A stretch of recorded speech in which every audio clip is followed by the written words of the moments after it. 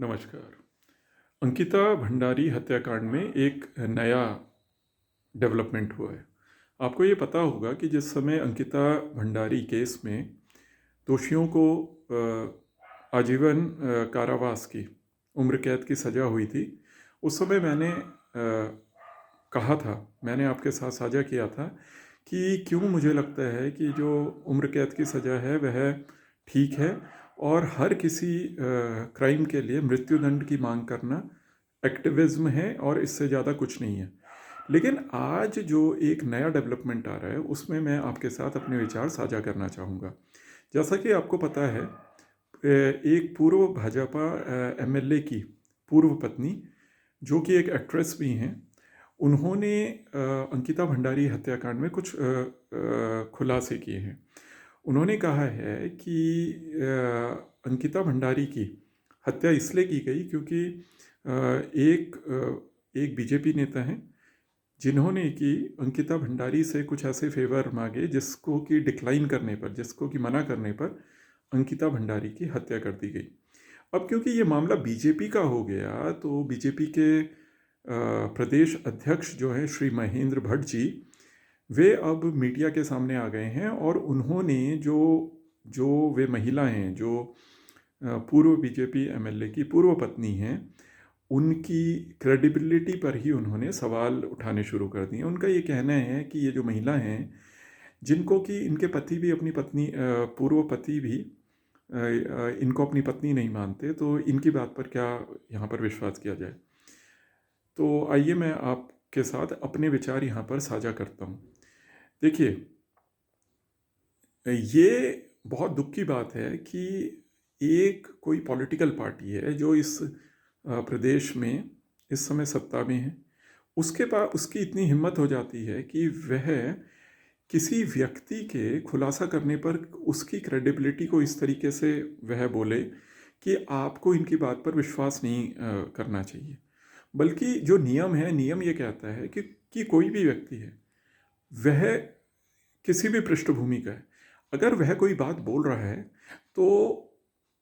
जहाँ पर कानून का राज होता है, न्याय की बात होती है, उसकी बात को सुना जाता है। अगर वे बात कह रही हैं तो आपको उन पे आक्रामक होने की बजाय आपको ये देखना चाहिए कि अगर वे कोई बात कह रही हैं तो उसमें सत्य है कि नहीं है। दूसरी बात जो इसमें महेंद्र भट्ट जी हैं, वे उसमें ये कह रहे हैं कि जिन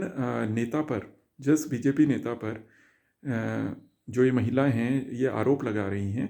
वे अनुसूचित जाति से होते हैं और इसलिए ये पूरे अनुसूचित जाति समाज का अपमान है। ये सारी चीज़ें रिटॉरिक है, ये केवल बयानबाजी है। आपको ये पता होगा कि जो अंकिता भंडारी हत्याकांड है, उसमें आप ये भी सोचिए कि अगर दोषियों को इससे ज़्यादा सज़ा नहीं मिल पाई, उम्र कैद से अधिक सज़ा नहीं मिल पाई, तो उसका भी कारण वही था। उसका भी कारण ये था कि जब ये घटना हुई उसके बाद जितने आनन फानन में, जिस रिज़ॉर्ट में ये घटना हुई, वहाँ पर उस रिज़ॉर्ट के कुछ हिस्से को उन्होंने गिरा दिया, कुछ को जला दिया, शासन प्रशासन ने जला दिया। और जलाने के बाद और ये सारा काम इतनी जल्दी में किया गया जैसे जिसने सीधे सीधे ये शक दिखाया कि आप वहाँ पर साक्ष्य को नष्ट करना चाहते थे, आप वहाँ पर फॉरेंसिक एविडेंस को नष्ट करना चाहते थे। इसीलिए आपने जो वहाँ पर क्राइम की एक जगह हो सकती थी उसको आपने इतनी जल्दी से ख़त्म किया कि वहाँ पर कोई साक्ष्य मिलने की गुंजाइश ही ख़त्म हो जाए। तो जो ये अंकिता भंडारी हत्याकांड है, ये भले ही इसमें कई लोगों को ये लगे कि उसमें कुछ नहीं है, लेकिन ये सीधे सीधे ये बताता है कि अगर शासन, अगर सत्ता ये चाहे कि वह किसी भी मामले को दबा दे, तो उसके पास पूरे संसाधन हैं, उसके पास सारे तरीके हैं कि वे चीज़ों को अपने तरीके से दबा दे और जिसको वह चुप कराना चाहता है चुप करा दे। अदरवाइज जितना कुछ तथ्यों को मिटाने के लिए, साक्ष्य को मिटाने के लिए जितनी कार्रवाई की गई, वहाँ पर बुलडोज़र आया, बुलडोज़र ने कमरों को ध्वस्त किया, कुछ हिस्से में वहाँ पर आग भी लगी, ये सारी चीज़ें बताती हैं कि हर चीज़ अब केवल विशुद्ध रूप से राजनीतिक तौर पे देखी जा रही है। और आपको एक बात कह के अपनी बात को मैं यहाँ पर समाप्त करता हूँ। देखिए, अंकिता भंडारी कौन है? अंकिता भंडारी एक लड़की थी जिन्होंने कि आज 21वीं सदी है, उन्होंने एक पढ़ाई पढ़ी, उन्होंने अपनी इच्छा रखी कि वे हॉस्पिटैलिटी इंडस्ट्री, होटल इंडस्ट्री में वे नौकरी करें। उसके बाद अगर वहाँ पर इस तरीके का शोषण होता है, तो इस तरीके के शोषण से तो कोई भी सामान्य व्यक्ति फिर अपने को बचा नहीं सकता। और चलिए, हम तो ये भी मानते हैं कि कोई भी समाज होता है उसमें अपराध हो सकते हैं, लेकिन अपराध होने के बाद जिस तरीके से पुलिस इन्वेस्टिगेशन करती है, जिस तरीके से साक्ष्यों को मिटाने के लिए बुलडोज़र लाया जाता है, आगजनी करी जाती है, ये सारी चीज़ें ये बताती हैं कि यहाँ पर प्रश्न लोगों को खुद अपने से पूछना चाहिए। अगर उत्तराखंड एक पहाड़ी राज्य है, यहाँ के आदमी को खुद अपने से पूछना चाहिए कि जिस स्थिति में अंकिता भंडारी थी, जिस स्थिति में उनका परिवार था, अधिकांश उत्तराखंड के पहाड़ों का परिवार, हम सब लोग उसी परिवेश से आते हैं। तो हमारे किसी भी सवाल को, हमारे किसी भी हित को अगर कोई उसमें दमनकारी नीति अपनाना चाहे तो किसी भी तरीके से दमनकारी हो सकता है। तो एक लड़की जो अपनी लाइफ में कुछ कर सकती थी, आगे बढ़ सकती थी, उसको आपने एक तरीके से, पहले तो जो उसके साथ नहीं होना चाहिए था वो हुआ,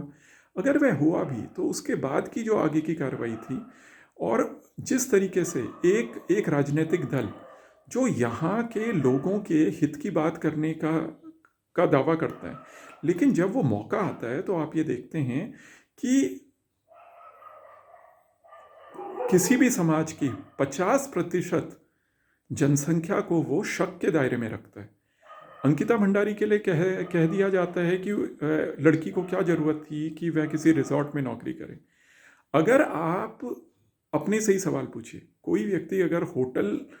इंडस्ट्री से रिलेटेड कोई अगर वो कोर्स करेगा, कोई डिग्री करेगा, तो उसकी नौकरी कहाँ लगेगी? अगर किसी के पास होटल इंडस्ट्री का अनुभव है तो उसको नौकरी कहाँ मिलेगी? होटल में ही मिलेगी। और जो होटल है वहाँ पर सेफ्टी की जिम्मेदारी उस व्यक्ति की नहीं है, सेफ्टी की जिम्मेदारी उसके एम्प्लॉयर की है, उस राज्य की सरकार की है, और जो भी उसकी सुरक्षा देनी है उसकी है। इसके अतिरिक्त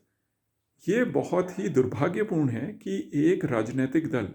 जो दावा करता है कि हम